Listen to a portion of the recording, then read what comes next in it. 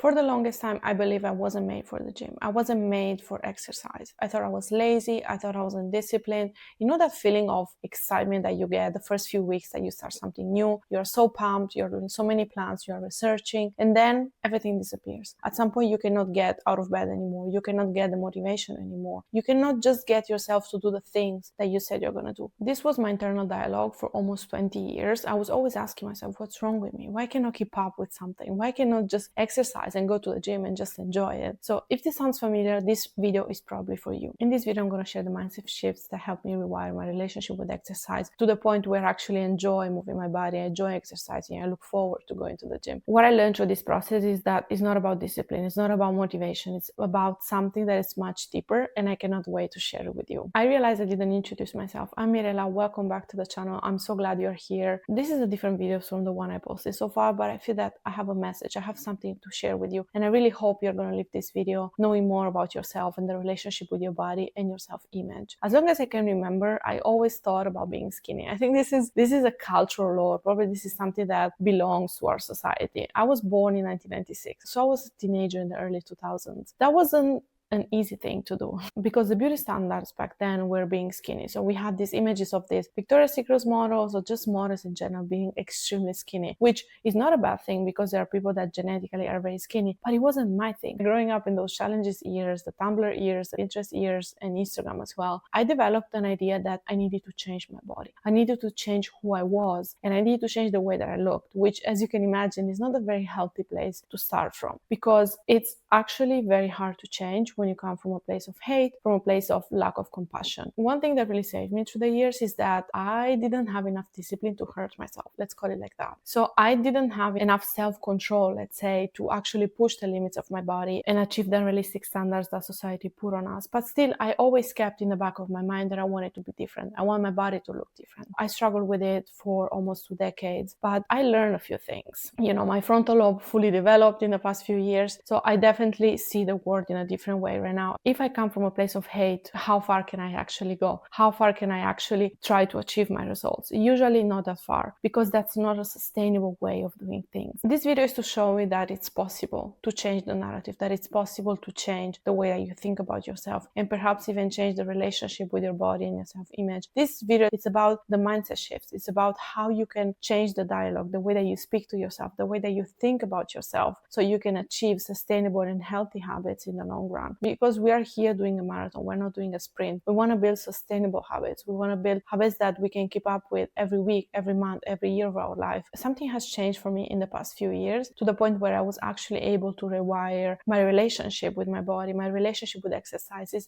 and in general, the way that I speak to myself, the way that I build a narrative in my head. And this was crucial for me because without changing the things that you say to yourself, it's going to be very hard for you to actually put in place sustainable and long-term habits. This video is for you. This video is to show you that it's possible to change, but it requires tuning in and it requires listening to the voices in your head because, again, as I said at the beginning, it's not that much about discipline, because after you go on the deeper level and you listen the way that you talk to yourself is the moment that you can actually make a change and actually build discipline in a sustainable way. The first thing I did was cutting the noise. Everyone says lift weights, do strength training, go to the gym, and there is definitely a lot of research, especially we as women. Lifting weight really helps with bone density, especially if we want to become mothers one day. We're going to inevitably go through menopause, so we're going to lose some of that bone density. So it definitely makes sense for us to lift weights, but that's not the thing for everyone. I love lifting weights. I love going to the gym. I just love the idea of being there in my own bubble, pushing my limits, lifting my own weights with my own music. I love that feeling, but it's not for everyone. My best friend, for example, she hates it. She doesn't like the idea of just going there, lifting weights. She doesn't see the purpose of it. She loves doing Pilates and yoga, for example. So find what works for you and start from asking yourself, do I actually enjoy this? Do I actually want to do this? Or it's just because Andrew Huberman told me to do it? Nothing wrong with that. Like, I love the guy, he's brilliant. But you shouldn't be doing things just because someone outside of your circle, someone that doesn't even know you, tells you what. The best exercise you can do is the one that you actually enjoy and the one that you actually look forward to. Every form of exercise, if you do it consistently, is going to make changes in your life. So just find what works for you and start small. Just find whatever you enjoy. It could be a walk, it could be bouldering if you like touching rocks, for example. It could be Pilates, it could be golf, whatever you like. Just try to understand how you feel in the moment that you do it. The next thing I did was starting small and managing my expectations. This was crucial for me. I am a perfectionist. So either I do something 100% or I don't do it at all. So every time I was trying to get into a fitness routine, I was actually setting up myself for failure, because I was like, okay, now I'm going to go 3-4 times to the gym. I'm going to exercise 1 hour each time. I'm going to be so pumped. And that could work maybe for a few weeks, but then it's just not sustainable, because you are starting from a point where maybe you walk 1,000, 2,000 steps a day. You stay on the couch, you do a desk job. You don't have that much movement in your day. So going from that, from 0 to 100, going from a sedentary lifestyle to an active lifestyle, it takes time. It takes a lot of time. So you shouldn't be pushing yourself to just going from 0 to 100. That can work for some people. I know some people that could actually pull it off, but it doesn't work for everyone. The way that I did it, I just started extremely small. I put myself a goal that is like, what's the smallest thing that I can do, that I can achieve, that doesn't stretch myself too much, that doesn't push me too much outside of my comfort zone, and something that I can potentially keep doing every week for the rest of my life. In my case, was walks. I live approximately 30 minutes walk from my office. If I decide to walk there, I was like, okay, 1 time per week, I'm just gonna walk to the office. And then I push it to 2 times a week, and then to 3 times a week, because those are the days that I'm supposed to be in the office. So we have a hybrid setup. 2 days we stay from home and 3 days we go to the office. I was like, okay, I'm just gonna do that. I'm gonna keep it extremely small and extremely achievable, just to build momentum and just to build confidence in myself. Because when you set up for yourself a plan that is too ambitious, and when you start from 0 and you want to go to 100, you're gonna lose confidence so fast, because you're stretching yourself too much and it's just not sustainable. In my case, I started with walks. So I was doing 1 walk per week, then 2 walks, and then 3 walks. And then I was like, okay, now I'm ready to go to the gym. So then I introduced 1 day to the gym, and then 2 days, and now I can actually go 3 days. I cannot always go 3 days because I work full time. I have this YouTube project, so it's not easy, but I try to do it. If I cannot go to the gym, I will do any other form of exercise. I will maybe do a long walk, for example. So again, start small, manage your expectations, and make it so achievable, make it so easy for you that there is no way that you're not gonna do it.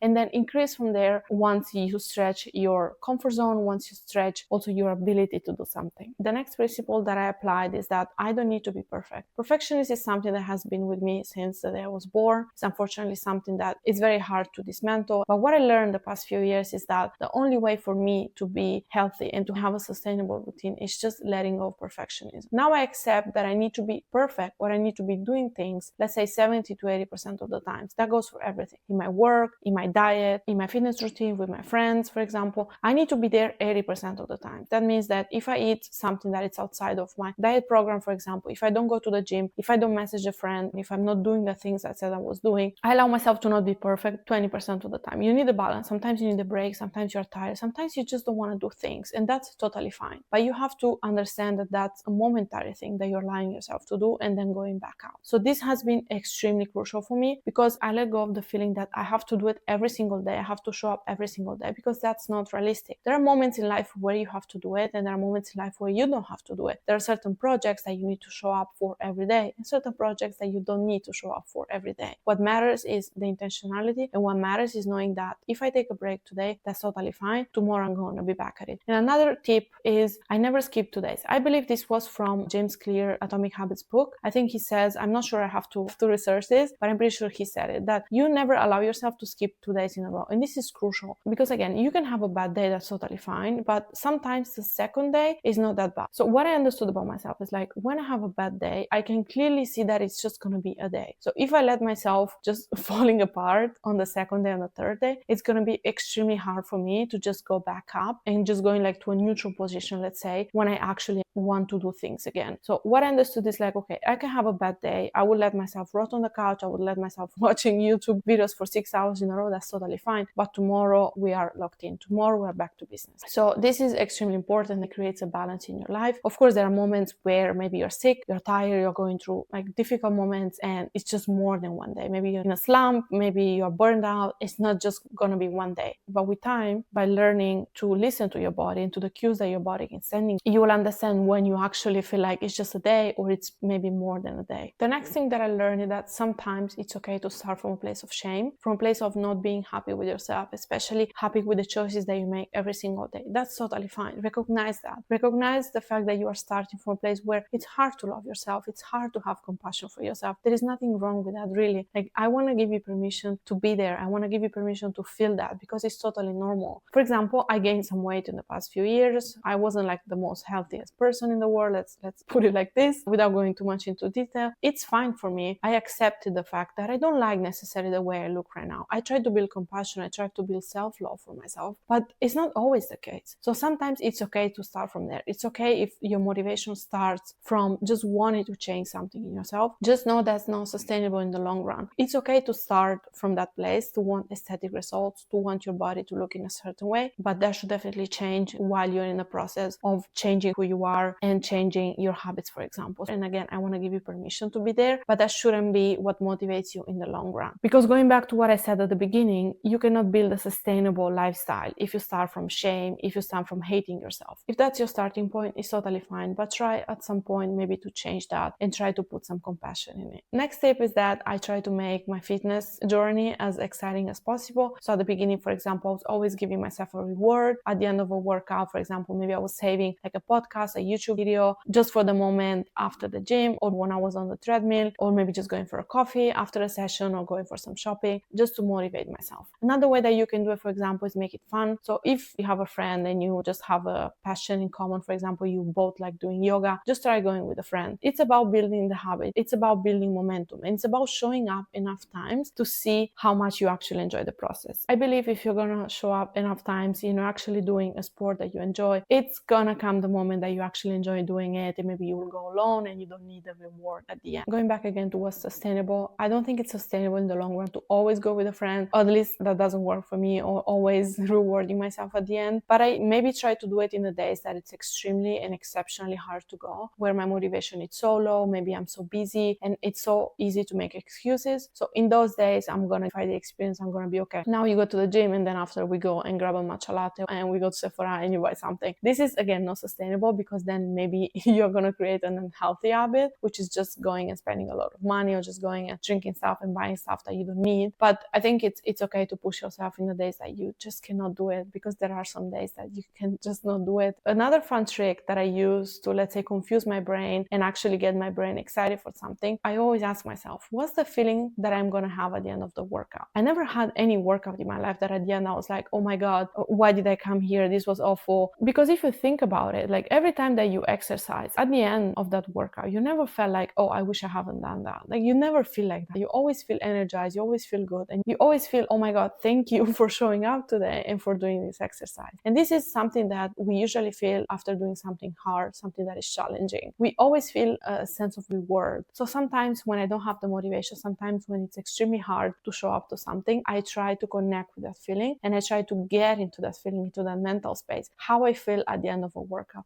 Because most days when my energy is so low, when I actually go and do the workout, I have so much energy. I start cleaning the house, I start working on many projects, I start doing like everything, because I just get so much energy from that. Whatever habit you're trying to build, try to tune into that feeling and try to remember the way that you felt the last time that you did that hard thing. Honestly, it always works. It's funny because I live with my boyfriend, and when I don't want to go to the gym, I start lying on the couch. I'm like, oh my God, I hate myself. Why did I put myself through this? And I look at him, I'm like, I'm gonna go, because I know that at the end I'm gonna feel so good. And that always happens. Like I never had any workout that at the end I was feeling crappy, or I was feeling like I wish I haven't done that. That never happened. So try also this trick and let me know how you feel, and let me know if it worked for you. Last thing for today is compassion. The most important thing we can develop is compassion. The way that we talk to ourselves, the way that we think about ourselves, it has to come from a place of love. Because as I said many times through this video, nothing healthy can come from a place of hatred, from a place of hating yourself, the way that you look, the way that you speak. Nothing healthy can come from that, because that's not just how things work. You cannot expect a flower to bloom if there is just concrete, for example. The things that I've done the past few years is that I paid attention to what I was telling myself. I paid attention to the way that I was speaking to myself. And the many times that I was calling myself a failure, maybe just because I haven't done things perfectly, but also like, what's perfection? I set up the standard for perfection. And the more you go after perfection, the more you're going to raise the bar, and the more impossible it's going to be for you to reach that standard. So I have to actually tune in with myself and developing the compassion to say to myself, it's okay if you didn't show up to the gym for 1 week, 2 weeks, a month. It's totally fine. You need the break. You have so much going on. So I try to come from a place of understanding my needs and listening to my needs. And I was actually able to develop a healthy and sustainable exercise routine, because because I come from a place of, if I don't feel like doing it, it's not just because I'm lazy that day, but just because I don't feel like doing it, it's fine. I will accept that for myself,